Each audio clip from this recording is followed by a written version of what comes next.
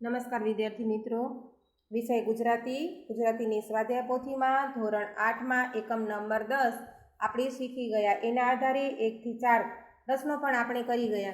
હવે આજે આપણે કરીશું પ્રશ્ન નંબર 5. હવે હું તમને એક પ્રશ્ન સમજાવીશ અને તમારે એકમના આધારે બીજા પ્રશ્નો જાતે લખવાના રહેશે. એમાં પહેલું છે પ્રશ્ન નંબર 5માં નીચેના પ્રશ્નોના 2 વાક્યોમાં ઉત્તર લખો.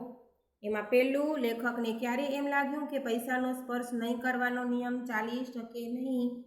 તો એની અંદર આવશે, ગામ લોકોએ લેખકને વિદાય આપતી વખતે 30 રૂપિયા આપ્યા ત્યારે એમને લાગ્યું કે જો અધ્યયન કરવું હોય તો પૈસાની જરૂર પડશે, આથી પૈસાનો સ્પર્શ નહીં કરવાનો નિયમ ચાલી શકે નહીં. આવી રીતે 2 વાક્યમાં જવાબ તમારે. નંબર 2, માણસમાં યાચના વૃત્તિ જાગે છે ત્યારે તેને કેવો અનુભવ થાય છે? નંબર 3, લેખકને અચાનક શો ચમકારો થયો? નંબર 4, અઢી આના માગવા અંગે લેખકના મનમાં કેવી મથામણ થઈ? અને 5, લેખકને મન શેનું મહત્વ વિશેષ હતું? આ 5 સુધીના જવાબ તમારે જાતે લખવાના રહેશે. પછી નંબર 6 છે, નીચેના પ્રશ્નોના 3-4 વાક્યોમાં ઉત્તર લખો. એમાં પહેલું છે, લેખકે અધ્યયન માટે શી મુશ્કેલીઓ વેઠી? તો લેખકને અધ્યયન માટે લઘુકૌમુદી નામનું પુસ્તક ખરીદવું હતું. તેની કિંમત 10.5 આના હતી, પણ તેમની પાસે ફક્ત 8 જ આના હતા અને આથી તેઓ પુસ્તકને ખરીદી શકતા નહોતા.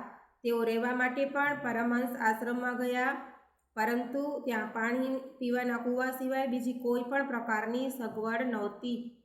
તેઓ ત્યાંની ખુલ્લી રવેશીમાં પોતાનું પાથરણું પાથરીને સૂતા અને કૂવાનું પાણી પીતા. આ આશ્રમમાં રસોડું નહોતું, એટલે તેમને જમવા માટે પણ અન્નક્ષેત્રમાં જવું પડતું. એવી જ રીતે પ્રશ્ન નંબર 2, તીર્થસ્થાનોમાં પ્રચલિત બાહ્ય આચારોની લેખક શી ટીકા કરે છે? નંબર 3,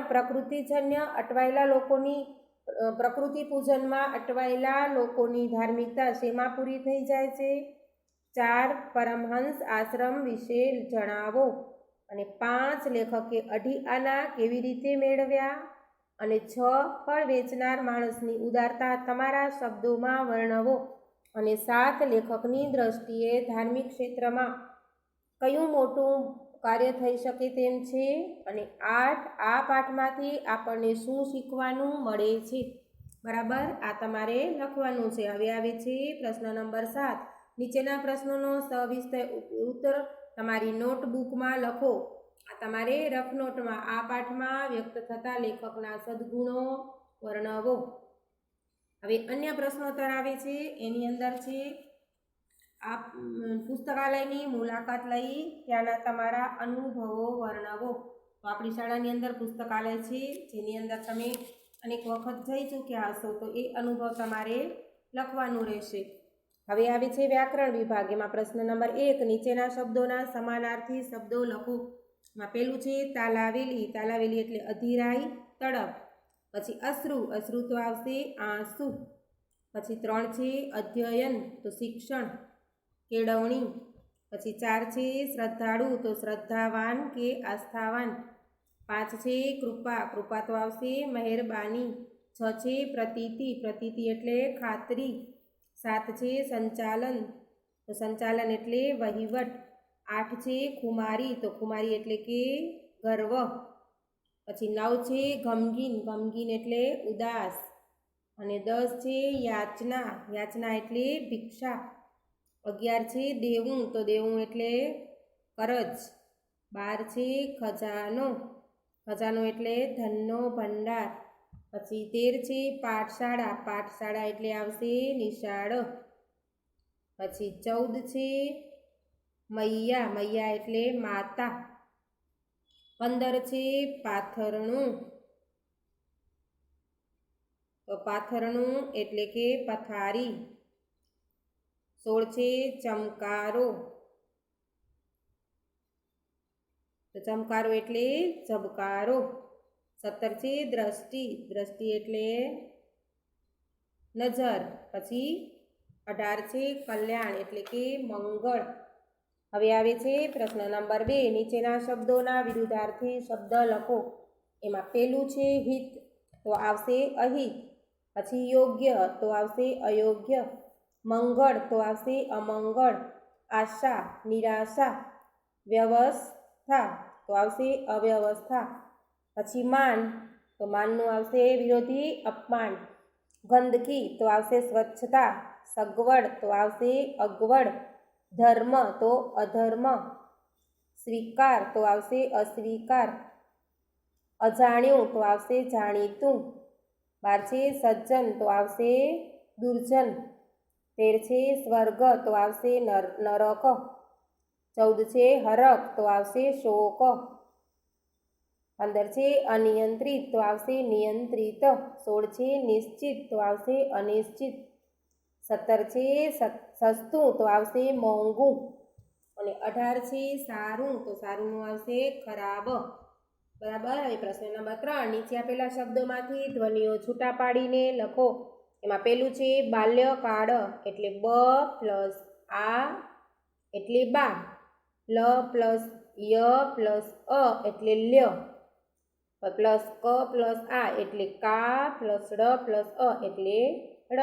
બાલ્યકાળ એટલે બ પ્લસ આ પ્લસ લ પ્લસ ય પ્લસ અ પ્લસ ક પ્લસ આ પ્લસ ડ પ્લસ અ એટલે આવશે બાલ્યકાળ. એવી રીતે તમારે તાંત્રિકો, ખજાનું અને અન્નક્ષેત્ર એનું કરવાનું રહેશે. પછી આવે છે પ્રશ્ન નંબર 4, નીચે આપેલા ધ્વનિઓને જોડીને શબ્દ બનાવો. ર પ્લસ ઉ એટલે રૂ. પ્લસ દ પ્લસ ર પ્લસ ઈ એટલે આવશે રુદ્રી. એવી રીતે તમારે જ પ્લસ ય પ્લસ ઓ પ્લસ ત પ્લસ ઈ પ્લસ સ પ્લસ ઈ એવી રીતે 2, 3 અને 4 એ તમારે લખવાના રહેશે. પછી આવે છે પ્રશ્ન નંબર 5, નીચેના શબ્દોની સંધિ છૂટી પાડો. પેલું છે નિસ્પૃહ એટલે નિસ પ્લસ સ્પૃહ. બરાબર. પછી બીજું છે શ્રદ્ધા એટલે એની અંદર આવશે શ્રદ્ધ પ્લસ ધા.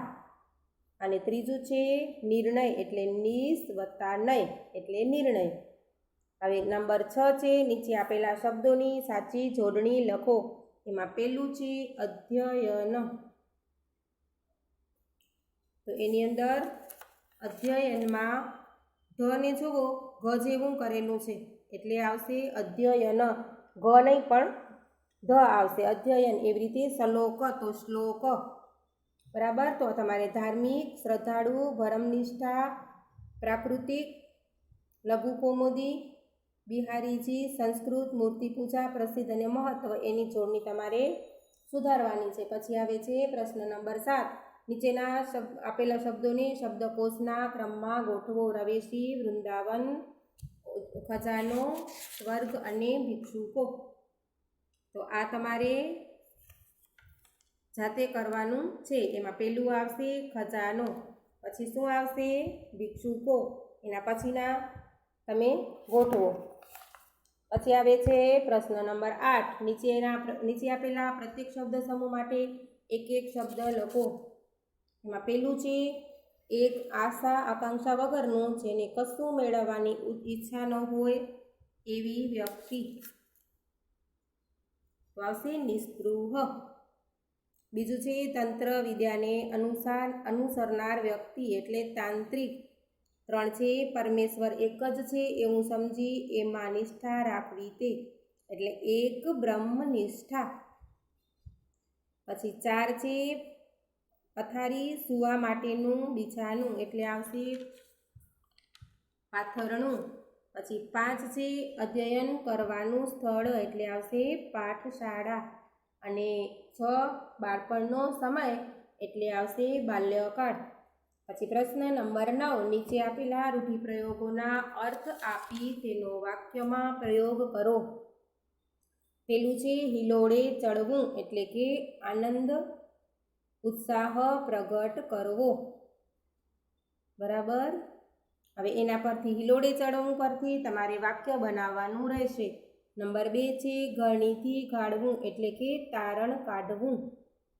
3 છે બાધ માનવો એટલે કે વાંધો લેવો. હવે આ વાક્યો તમારે બનાવવાના રહેશે. પછી પ્રશ્ન નંબર 10, સૂચના પ્રમાણે કરો. એમાં પહેલું છે મારાથી સીતા મથુરા વૃંદાવન જવાનું નક્કી કરાયું. કર્તરી વાક્ય બનાવો. તો મેં સીતા મથુરા વૃંદાવન જવાનું નક્કી કર્યું. પછી 2 છે મેં પુસ્તક પાછું આપ્યું. એને છે કર્મણી વાક્ય બનાવો. મેં પુસ્તક પાછું આપ્યું તો આવશે મારાથી પુસ્તક પાછું અપાયું. પછી 3 છે હું મારું પાથરનું પાથરીને બેઠો. એની અંદર પણ છે કર્મણી વાક્ય બનાવો. તો મારાથી મારું પાથરનું પાથરીને બેસાયું. હવે 4 છે હું હરખથી પાછો ફર્યો. તો એને તમારે ભાવે પ્રયોગમાં ફેરવવાનું છે. તો એની આવશે મારા વડે હરખથી પાછા ફરાયું. બરાબર. પછી 5 છે લઘુ કૌમુદી વિના કેમ ભણવું. અહીં પ્રેરક વાક્ય બનાવવાનું છે. તો ગુરુજી લઘુ કૌમુદી વિના કેમ ભણાવે. બરાબર. હવે છે પ્રવૃત્તિઓ. પ્રવૃત્તિમાં પેલું છે સ્વામી સચ્ચિદાનંદજીના બીજા પ્રેરક પ્રસંગો અને પ્રવાસ વર્ણનના પુસ્તકો મેળવીને વાંચો. આ જ્યારે આપણે શાળા શરૂ થાય ત્યારે આપણા પુસ્તકાલય લાઇબ્રેરીમાંથી આપણે લઈને વાંચીશું. નંબર 2 છે વિનોદિની નીલકંઠની કૃતિ 2 રૂપિયા અને કાકા કાલેલકરના પ્રવાસ વર્ણન મેળવીને વાંચો. બરાબર. અહીં તમારું એકમ 10 એ પૂરું થાય છે. Thank you.